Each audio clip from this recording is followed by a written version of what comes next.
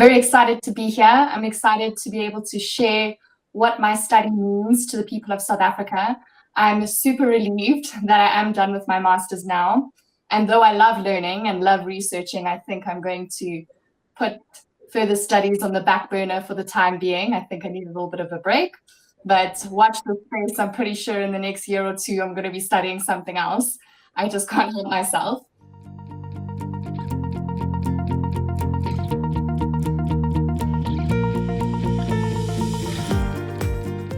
So just a little bit of background into the aim of this study is that diabetes, we know, is a growing problem. It's growing worldwide. And type 2 diabetes accounts for 95% of cases of diabetes. And this is largely due to lifestyle-related issues. In South Africa, the type 2 diabetes epidemic is occurring alongside HIV/AIDS and TB. And this places immense strain on the public healthcare system, which we know services 80% of the South African population. Of these people, 45% of the estimated cases of type 2 diabetes are undiagnosed. So they don't even know that they have the condition. And high blood glucose levels over an extended period of time causes damage to the organs and all your body parts. So it's not ideal to have these high glucose levels.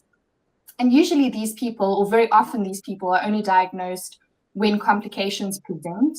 And this negatively impacts the outcomes and their quality of life. It's also really costly. So the direct cost of managing type 2 diabetes amounted to over 2.7 billion Rand in 2018.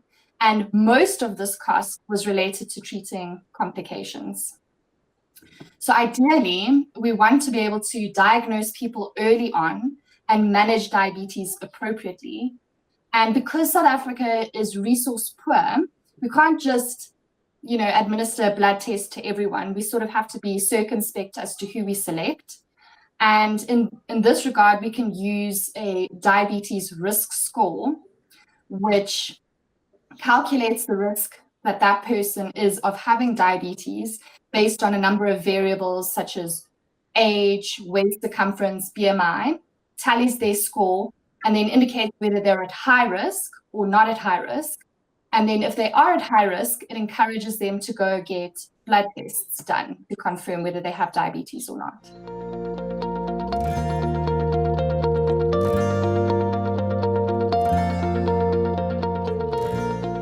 It's very important to differentiate between the types of diabetes. The main types that we get are type 1, type 2, and gestational diabetes.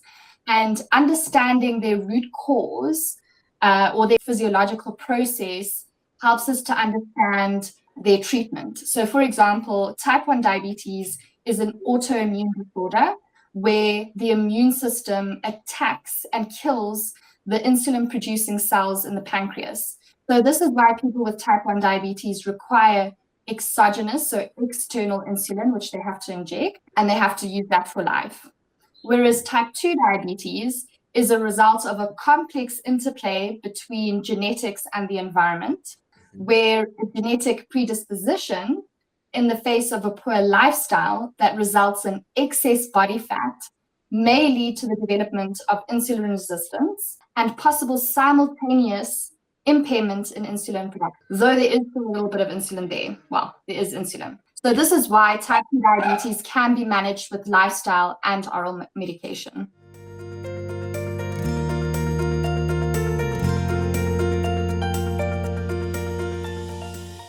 So this is quite an interesting concept.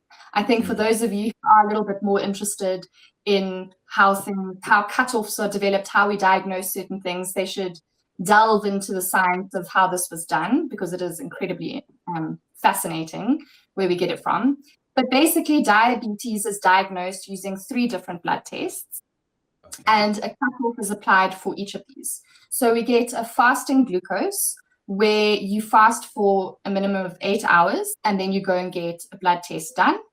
And then they measure your glucose levels. And if your glucose levels are above the cutoff of 7 millimoles per liter, that's diagnostic. Then you get an oral glucose tolerance test, which is probably the gold standard when it comes to diagnosing diabetes. Here you have to fast, similar to the fasting glucose. They take the baseline measurement, and then then you take 75 grams of glucose in water, and after 2 hours, they measure your glucose levels or your blood sugar levels again.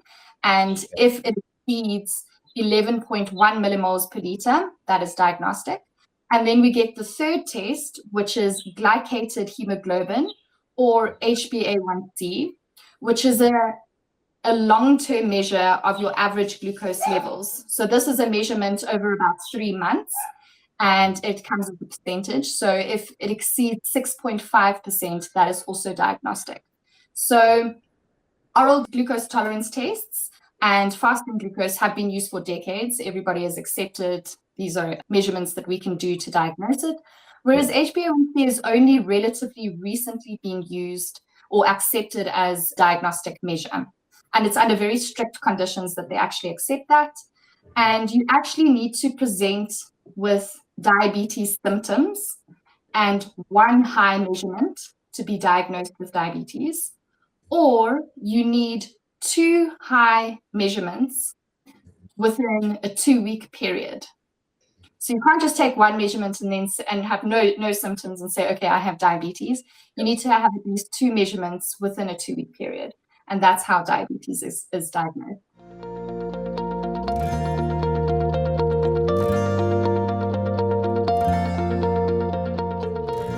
About between 3.9 and 5.5 millimoles per liter is considered a good fasting glucose range.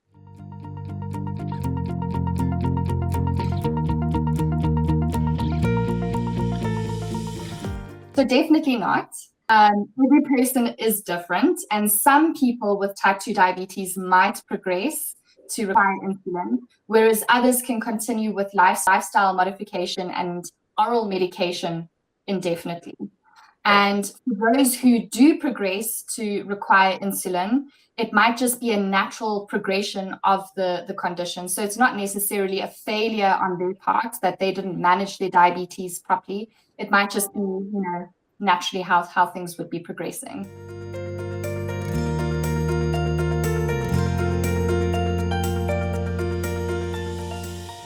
Yes. So this is what makes me so passionate about this, is that we can do something about it. So diabetes, type 2 diabetes can be prevented. And this has been shown by several landmark trials, particularly the Diabetes Prevention Program, which showed that lifestyle changes and even the use of metformin help to prevent the onset of type 2 diabetes.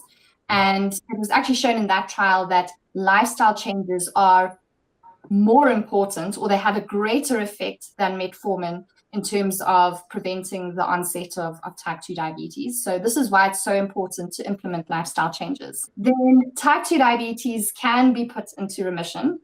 And it's very important to highlight here that the use of reversible or curable is incorrect. We like to use the term remission because, similarly to cancer, if it's not managed properly, it can recur.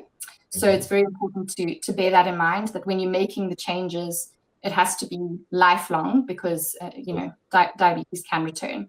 So the way to achieve remission is through large and rapid weight loss, so about 15 kilos, or an intensive lifestyle intervention that results in 15 kilos of weight loss. And, this can be achieved through various different methods, including a very low-calorie diet. And it can also be achieved through surgery. So there's the lifestyle aspect, dietary and lifestyle, and then through surgery, such as bariatric surgery.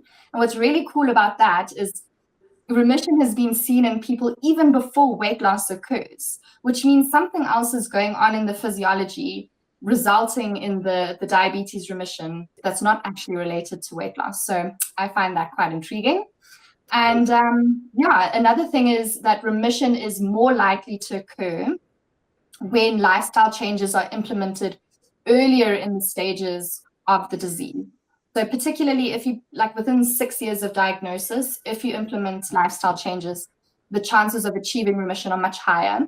However, even if someone doesn't achieve remission, there's still loads of benefits, such as decreasing the amount of blood pressure medication you need, or perhaps the glucose medication that you need. So even if you don't achieve remission, there's still so many benefits. And basically what I want to say is work closely with your healthcare professional team, because it is definitely always a team approach, and you can prevent and you can put into remission. And this is why it's so important to know your risk. If you know your risk, then you can be proactive about your health.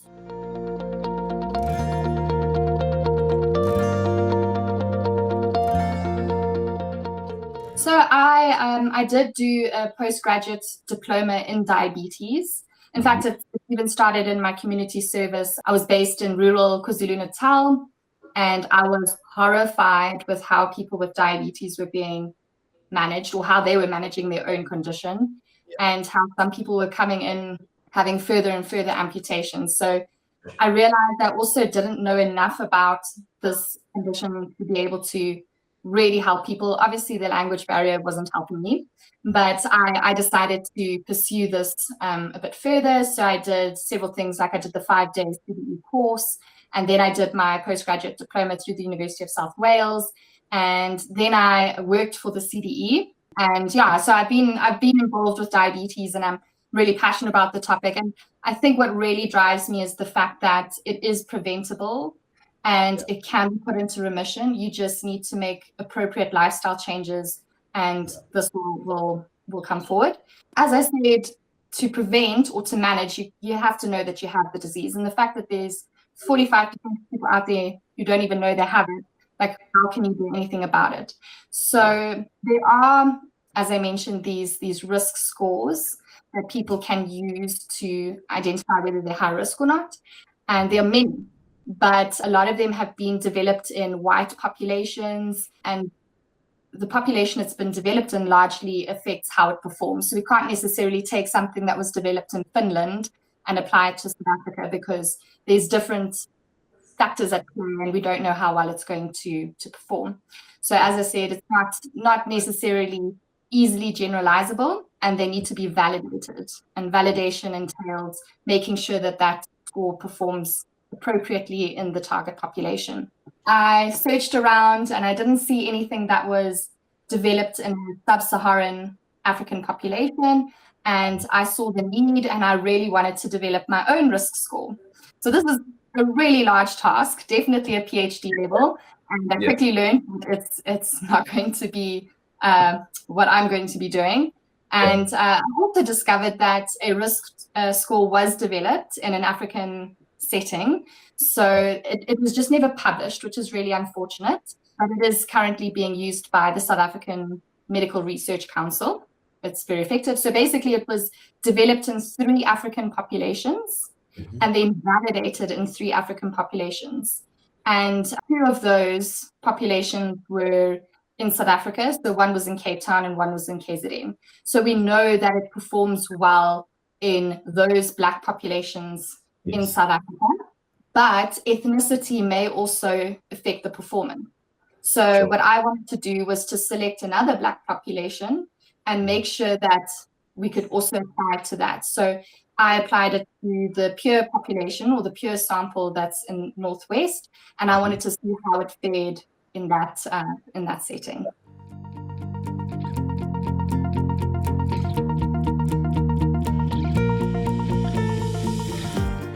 To validate a score, you have to compare it with a diagnostic measure. So this is usually being an OGTT, or the oral glucose tolerance test, or fasting glucose. And this compares how well that score predicts whether someone actually has the condition or not. And so that is what I did in the pure sample, is I applied this African Diabetes Risk Score to that sample. And I also compared it to 3 other risk prediction models that were developed in completely different populations. So a Finnish population, an Indian population, and the American population. And I wanted to see, how do these scores compare to the African diabetes, or the ADRS, African Diabetes Risk Score. A unique aspect of the study was I not only used fasting glucose, but I also used HbA1c to see, if there's any difference, if I can use HbA1c as the diagnostic measure. And to my knowledge, I don't think anyone else has done this as yet.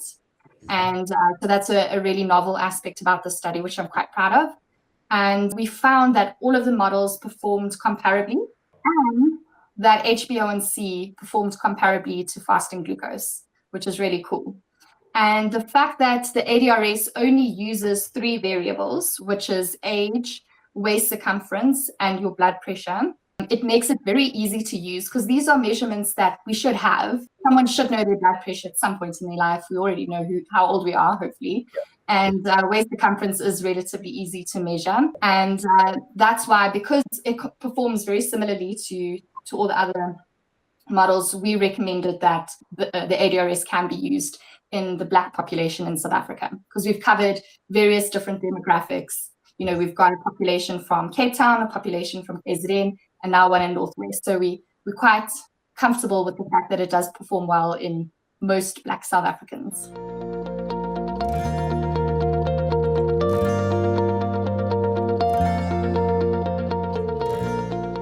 So Black South Africans make up 80% of the South African population, so that's a large chunk. And the ADRS allows them to be screened and determines whether, or makes sure that those who are at highest risk go for testing. So we're making sure that our scarce resources, our precious resources, are only allocated to those who are most likely to actually have the condition. However, we do know that the Indian and the colored population are really high at risk of having diabetes. So it's really important for this screening tool to be validated in those population groups as well, so that we can apply it to those who we already know are at really, really high risk. And the last thing is that HbA1c can potentially be used for future validation studies. And what's lovely is that this measure is far more convenient to collect, because you don't need to fast. So a lot of epidemiological studies actually collect HbA1c levels. And now we know that we can use data sets that have HbA1c in order to validate. We don't only have to use fasting glucose or the OGTT. So I'm sure it's important for other people to still check this, because I am aware that one of the limitations of the study was a lot of missing data, which made my sample size quite small.